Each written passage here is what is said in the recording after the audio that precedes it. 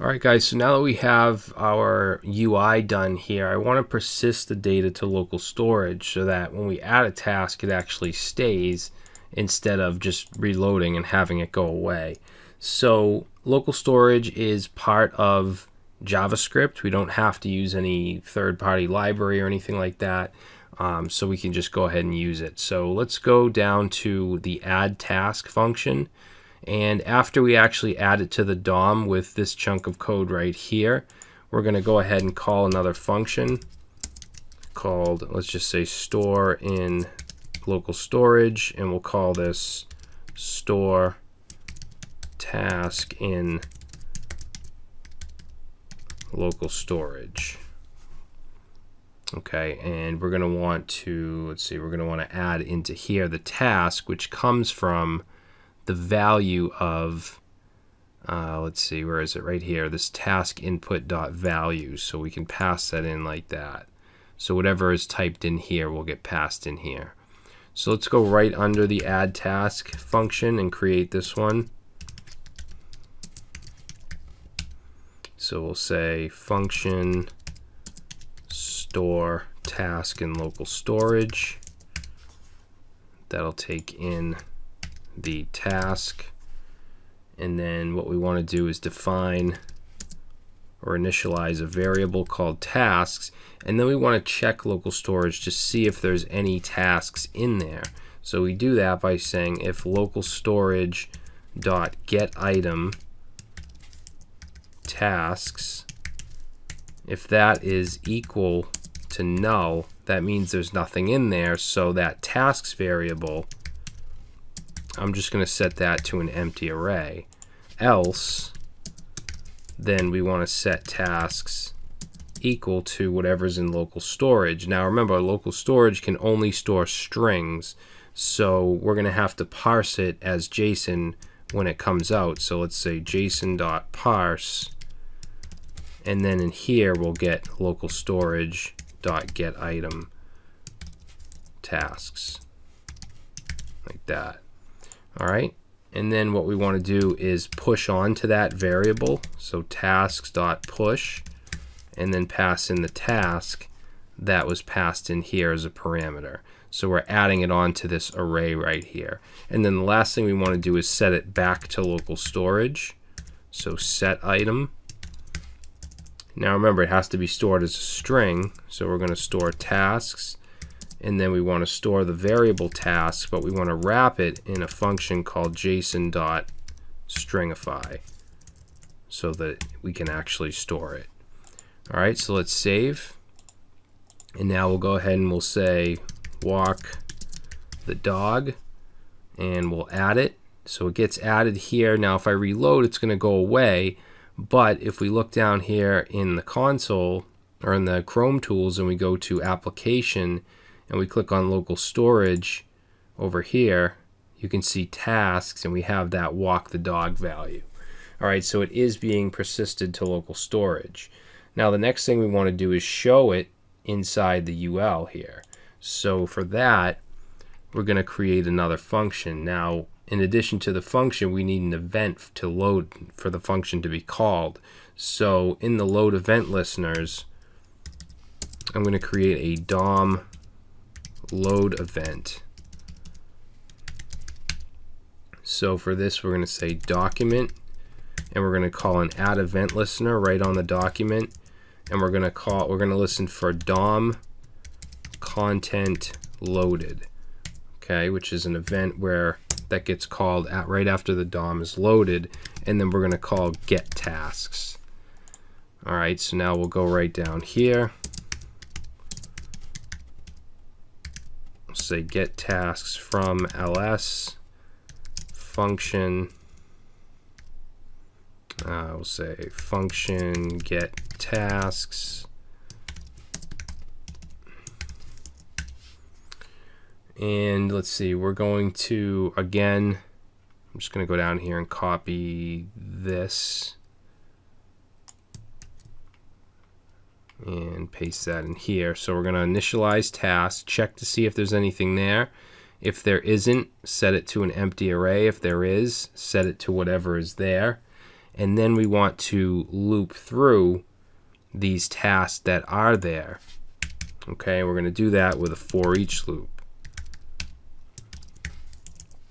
So we'll say function, and in here we'll just call this task for each one. All right, and then inside the for each, we basically want to just create the DOM element. So just like we did with add task, I'm going to copy from here down to here. Okay, so we're going to copy all that. We're going to put that inside the for each. So that's going to happen for each task. So let's go ahead and save that. Now you'll see that the text isn't showing because the text node is saying task input value. There is no task input value in this case. In this case, it's coming from this. It's coming from tasks. So that's what we want to put in here. Save, and there we go. So now if I reload, you'll see it's still there. If I go up here and say pick up kids from school, and we add that task and reload, it stays there because it's being persisted to local storage. And then when the page loads, when the DOM loads, it's coming from local storage. All right, so now we want to do the delete. If I delete, it goes away in the UI, but if I reload, it's still there because we didn't actually delete it from local storage. So let's go down to remove tasks, or remove task, and we want to go right here after we remove it from the DOM and say remove from ls. So we'll say remove task from local storage. All right, now this is kind of weird because we don't have like an ID or anything we can pass in here. What we'll have to pass in is the actual element, which is going to be the li, which is this right here. So if we go ahead and pass that in, and then we go and we create a function, let's say remove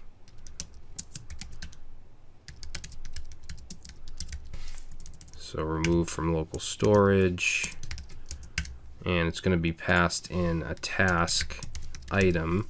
So if I were to console.log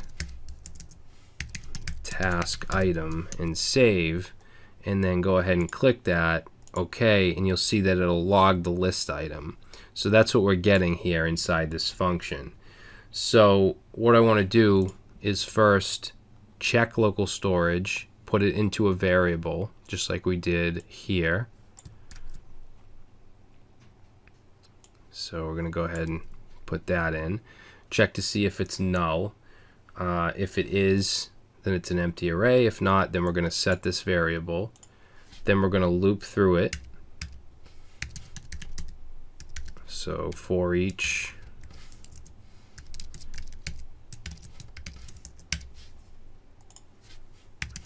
okay, so we're going to loop through the tasks, and then what we're going to do is do an if statement. We're going to check to see if the task item text content, okay, text content will be the actual text of the task. We want to see if that matches, if that equals the current task in the iteration. If it does, we know that's the one we want to delete. So we're going to say tasks.splice, and we can actually get the index by putting it as a second parameter of the for each, or the for each callback rather. And then we can put in here the index, and we want to delete 1 from the index. All right, then all we have to do is go under the for each and set local storage again.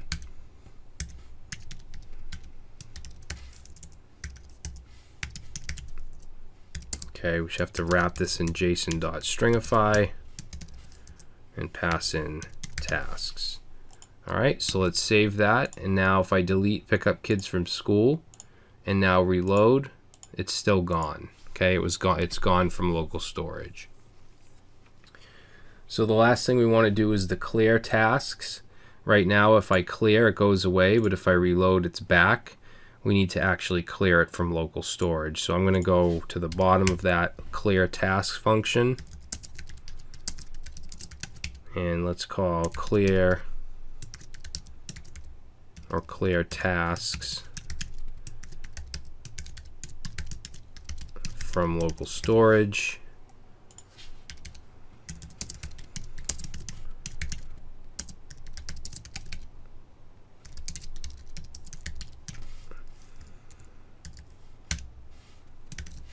And this is going to be very, very simple. We just need to call local storage.clear, and that clears out everything. So now if I go ahead and I click clear task, goes away, reload, and it stays gone.